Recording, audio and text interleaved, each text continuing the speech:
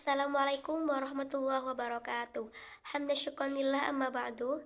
Pertama-tama yang kami hormati pengasuh Pondok Pesantren Zainul Hasan Genggong, Kiai Haji Hasan Mutawakil Allah, dan yang kedua Bapak Rektor Unzah, Dr. Abdul Aziz Sohab MAG. Di sini saya Siti Faizatul Mardiah dari Prodi PBA akan menerangkan PPT Laporan PPLK 2 dan Magang yang berjudul Peningkatan Maharoh Kalam melalui metode Muhadatsah kelas 11 di MA Darulullah wal Karomah. Baik, kita lanjut pada pembahasan pertama, yakni pada pendahuluan. Belajar bahasa Arab merupakan transformasi pengetahuan, sikap maupun perilaku. Dan bahasa Arab harus dilakukan secara profesional, sesuai dengan tujuan. Tujuannya apa? Yaitu tujuan bahasa Arab didasarkan pada strategi, pendekatan, dan metode yang jelas untuk pengetahuan yang lebih jelas. Ini biasanya dilakukan oleh guru, lembaga pendidik lainnya maupun masyarakat secara keseluruhan agar dapat pembelajaran yang efektif.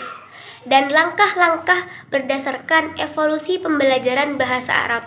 Dan itu pun memiliki beberapa tantangan tersendiri. Salah satu tantangan tersebut bagaimana belajar bahasa Arab bagi guru. Pada bagian selanjutnya kita akan membahas metode di PTK ini. Metode yang kami gunakan di PTK ini: 1. Perencanaan atau bisa juga disebut planning. Yang kedua, pelaksanaan yaitu action. Yang ketiga, pengamatan, observasi, observing. Yang keempat adalah refleksi. Selanjutnya yaitu pembahasan. Penelitian ini dilakukan di Madrasah Aliyah Darulullah wal Karomah Sidomukti Keraksaan Probolinggo, dimulai dari bulan Juli hingga bulan Agustus tahun 2024. Subjek penelitian ini adalah subjek pada bulan Juli hingga bulan Agustus, dan siswi sebanyak 22 perempuan. Dan metode pengumpulan data dalam penelitian ini adalah sebagai berikut. 1.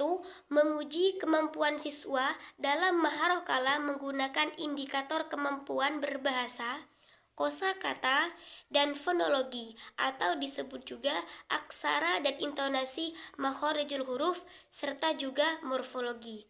Yang kedua, mengamati proses penerapan metode muhadatsah menggunakan metode muhadatsah dalam maharotul kalam di setiap aktivitas siswa. Metode muhadatsah atau disebut juga sebagai muhadatsah bisa disebut juga penyajian materi pembelajaran bahasa Arab melalui percakapan.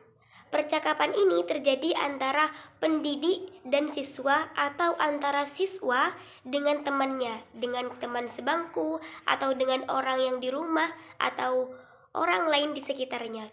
Ini dapat memperkaya kosakata.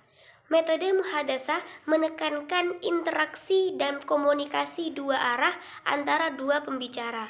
Satu orang pembicara dan satunya lagi adalah sebagai penjawab.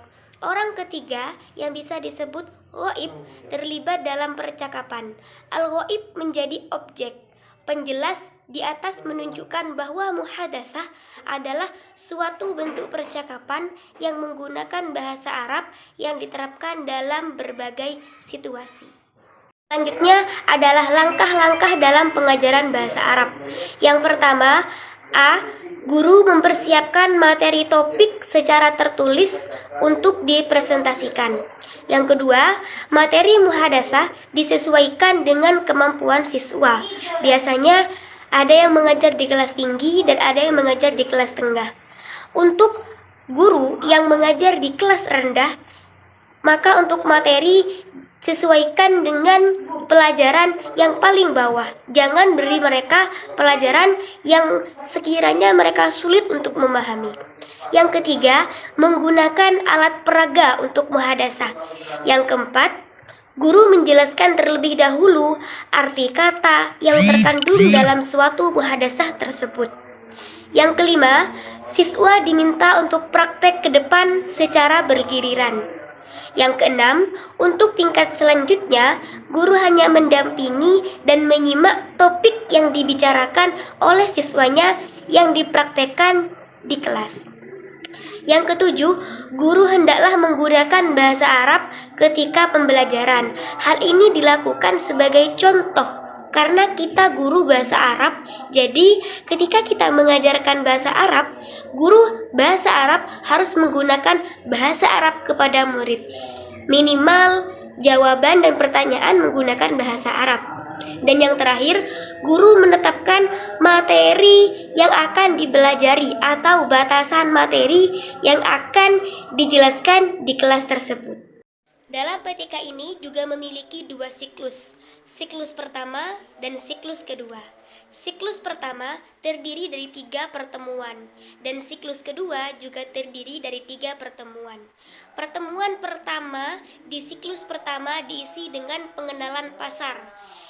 Pertemuan kedua diisi dengan pengenalan barang-barang di pasar. Tentunya menggunakan mufrodat di LKS Bahasa Arab, atau guru bisa berinovatif untuk mengambil mufrodat selain di buku pelajaran. Pertemuan ketiga diisi menghafal barang-barang yang ada di pasar. Untuk siklus kedua, pada pertemuan pertama di siklus kedua diisi tentang pengenalan belanja online, pengertian, manfaat, dan lain sebagainya. Di pertemuan kedua diisi dengan hitungan harga untuk berbelanja, entah itu berbelanja di online maupun di pasar tradisional, di pasar alternatif, dan lain sebagainya. Baru di pertemuan ketiga, guru menyuruh murid untuk praktek muhadasah, dimulai dari praktek yang sederhana saja, yang biasanya dilakukan orang di pasar antara pembeli dan penjual.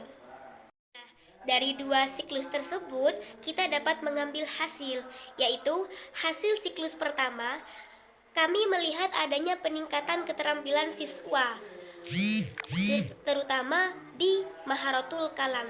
Meskipun tidak begitu terlihat, beberapa siswa sudah lancar mengucapkan mufrodat baru dan menguasai intonasi dan bentuk kata yang benar.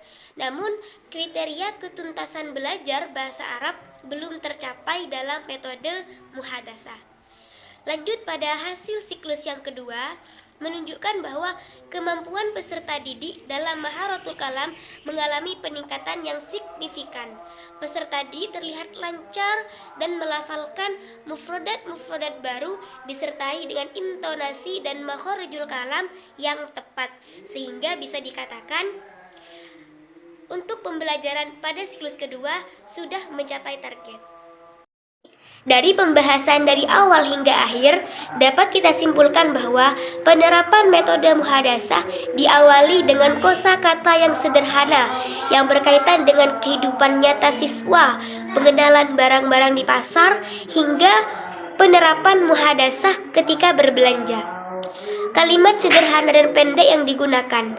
Latihan dilakukan berulang-ulang kali, walaupun kemampuan siswa masih sangat bervariasi, ada yang mampu dan yang kurang mampu. Namun pengembangan Maharotul Kalam siswa melalui metode muhadasah mencakup seluruh unsur Maharotul Kalam. Unsur-unsur yang dimaksud adalah mufrodat baru, kelancaran, makhorijul huruf, intonasi, dan bentuk kata atau disebut morfologi. Mungkin itu saja yang dapat kami sampaikan. Akhirul kalam, Assalamualaikum warahmatullahi wabarakatuh.